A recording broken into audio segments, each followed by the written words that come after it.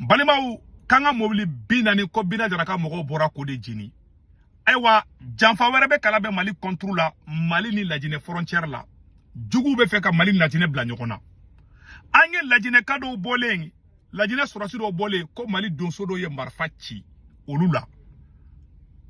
O kuma in o kan ka sɛgɛsɛgɛ la Mali Lajinɛ bɛɛ ye kelen ye.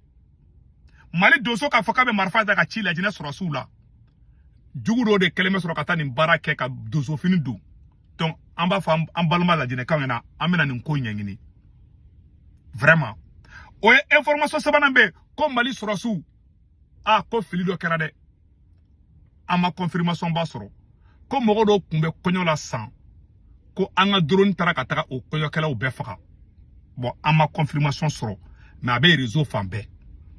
An m'an kɔlɔsi ni kɛlɛ bɛ ka bugu ni wagati la. Ne Segu Tunkara bɛɛ b'a dɔn Asimi Goyita kunkolo man di ne. Mais Mali ka bin o tɛ ne ka laɲini. An b'a fɔ an ka sɔrɔsiw na k'u hakili to o yɔrɔ la. Parce que kɛlɛ in filɛ plus kɛlɛ bɛ mɛn plus confusion bɛ na. I m'a ye o bɛ fɛ ka Mali Lajinɛ bila ɲɔgɔn na. Ne tɛ fɛ o ka kɛ o tɛ ne ka laɲini ye. Parce que o man ɲi Mali ma. O tɛ Asimi kelen kungo ye o y'an bɛɛ de kungo ye. Ça c'est la vérité. N b'a fɔ n balima Lajinɛkaw ɲɛna Mali donso ne dalen bɛ Mali donsow la. K'a fɔ ko Mali donso bɛ marifa ta ka ci Lajinɛ la Lajinɛka la a bɛ bali ne la. Bon, hadamaden kɛra i bɛ taa sɔrɔ mɔgɔ dɔw bɛ yen peut-être mɔgɔ dɔw a bɛ se ka kɛ mɔgɔ dɔw bɛ se ka kɛ mais k'a fɔ ko Mali donso b'o kɛ ne ma da o la. Voilà. O tɛ ko sigalen bɛ Lajinɛkaw la. N bɛna a vidéo bɛ yira u la. Donc an bɛ don information fɔlɔ-fɔlɔ kɔnɔ. An ye information fɔlɔ-fɔlɔ min sɔrɔ Maliyɛnw a sɛbɛnnen filɛ a yɔrɔ la. Ko plus de 40 bus ko an ka mobili 40 ko Bina Jaraka mɔgɔw ko y'o jɛni bi dɛ Maliyɛnw. Ne b'a fɔ Maliyɛnw ɲɛna maa maa bɛ k'a fɔ aw ɲɛna réseau kan ko blocus tɛ yen. A y'a fɔ a tigiw ɲɛna k'u ka taga u ka mobili ta ka bɔ Bamakɔ ka taa dugu dɔ la n'o kɛra u k'u to sira la ka vidéo kɛ. Vidéo mani fɛn fɛn bɛ journaliste wari ɲinina fɛn fɛn bɛ n'u bɛ ka taa bila réseaux sociaux kan ko blocus tɛ Bamakɔ kɔnɔ ko blocus yɛrɛ tɛ Mali fasi. A y'a fɔ ɲɛna k'u yɛrɛ k'u ka mobiliw ta u ka bɔ Bamakɔ da fɛ ka taa Bamakɔ kɛrɛfɛ dugu dɔ la. U ko filmer u nata u ko filmer an ka sabali an kana mɔgɔw si saya ma n b'a fɔ ɲɛna aw kana sɔn ka bɔ sisan dɛ n'aw bɔra u bɛ ka mobiliw jeni u ye mobili baden de jeni transporteurs b'a kalama mun bɛ yen ni mɔgɔ y'i farati k'i ka mobili bila sira kan Bamakɔ sira kan u b'i ka mobili jeni o ne ka conseil u ye mobili baden de jeni mobili 40 u y'a bɛɛ jeni Bina ka mɔgɔw y'a bɛɛ jeni. N bɛ ka kuma parce que n tɛ fɛ tiɲɛni ka don aw kun. N'aw ta Asimi Goyita dɛmɛ propagande kɛ u ye nɛgɛ Kayi taga sira la ka Kayikaw nɛgɛ ko blocus tɛ. Diripa Solo yɛrɛ bɔra ko ayi ko san de kun bɛ ka na Kayikaw bɔra o ye Kayika baden minɛ o ma dogo an na. U ye citerne tigiw nɛgɛ Bina ka mɔgɔw taara citerne tigiw da k'u kan tigɛ an y'o fana ye. Aw ko ka di ne n tɛ fɛ fɛn k'aw sɔrɔ. Ninnu ka fanga marakantɔ u ka fanga makaran na u bɛ sɔn ka aw de kɛ ko fanga saraka ye.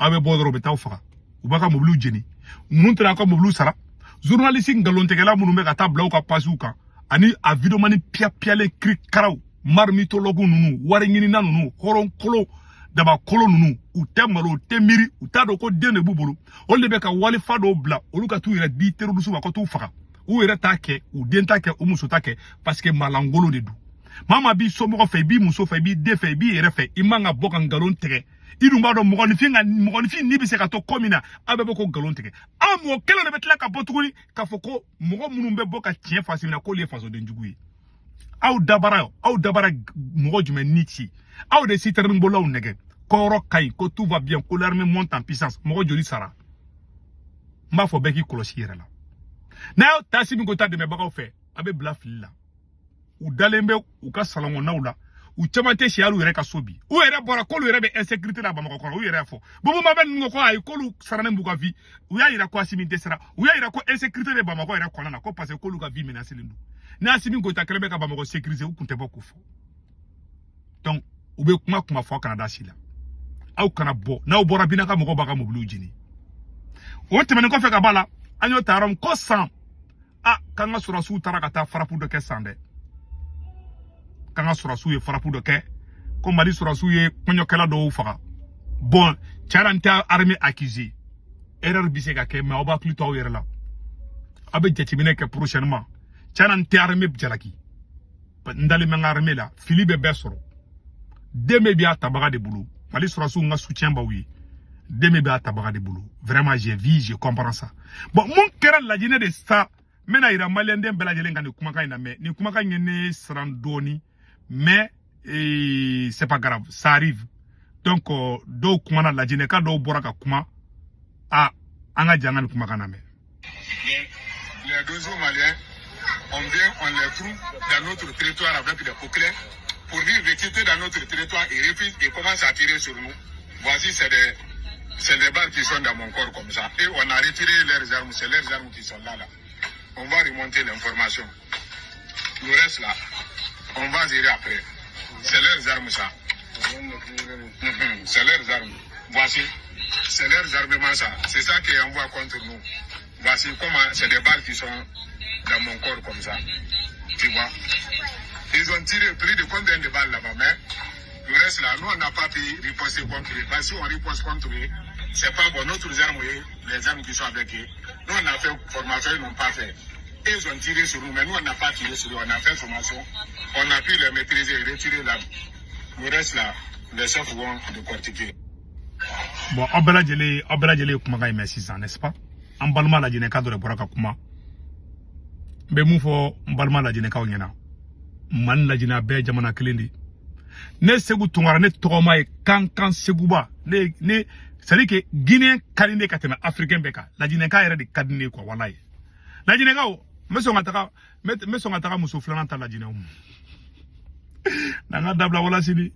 Ne muso fla de fla muso mbekele akoy ne muso mbekele aka fla muso bo meka kuma sa ebita sora diminuer nous donc a fonyana nga bunya be la Guinée kaukan Mali donso o ka marfata ka ci la Guinée sorasi la abe balne segu tungara la Malien ni Guinéen ou bébé fala ou bébé bala jugo do de be fait ça comme Mali la Guinée fana bla nyona ka Mali kungo to geleya en tant que patriote mba fo la Guinée Kaonyana Mali donso te son ka marfa ci la Guinée Kaoula o te Mali donso yi abe balne la mais aramade ibe dendo wulo ita don moko pisa moko do tara donso fini do la parce que jugu ka uya inile ke Mali de Mauritanie na wakati do la kataka Mauritanian do faka ko Mali Sorassou do ke ka soron galondi bo moko do munu me fe Mali to ka bi munu me fe ka kele ere to parce que uba don ko ima dabo do ere kamade Ubado Malika Marsandesi Chamambe Boss la Guinée de fait.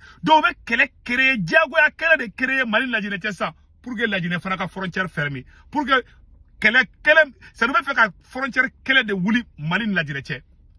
Ndalembe la Guinée Famaoula. Ndalembe général Mamadi Doumbia. A te bi au piège kono. Tiena neta Assimi Goïta Komanine. Mais tiena Malien kera Tchogo Malien tiena Tchogo a te sono ka la Guinée kakele. Assimi Mamadou Doumbia Kadimbo Kalama. C'est vrai que nous temena, mais il n'y a aucun problème. Donc, en bas, en balma la Guinée, quand on boraka kuma, on be kointani jinyama jolena. Malien be Guinéen fait, Guinéen be Malien fait. Voilà yala. Donc, ni d'abord kamade kambla nyona. Ni m'a donné kungolo là. Non. Ou tara dogono ni flau bla nyona tandi. Dobe ou beta ou tara flakam ou Mali jugu do de tara flakam mena do de ta. Konolu bla olu kata dogono kele. Dogono do fana kata do ta mbe dogono kan fo ku kunkar nyona. Mais amatanye fait. Ou fait ka chia kele ou fait ka Mali ni la Guinée de bla nyona ça. Quand Mali ke na fo pays dangereux madu, imae en Algérie mandi, en Côte d'Ivoire mandi, tiana o sono bewa. Mais la Guinée ante la Guinée fana kele de ay Assimi Goïta te son la Guinée kele o tieni. Ango tieni fo. Anga kanga jamana fe. Femme be Mali bi nete te usra fe. Kuma bana. O de kundo mbalma la Guinée kawu ay sawari amena nko nyengini.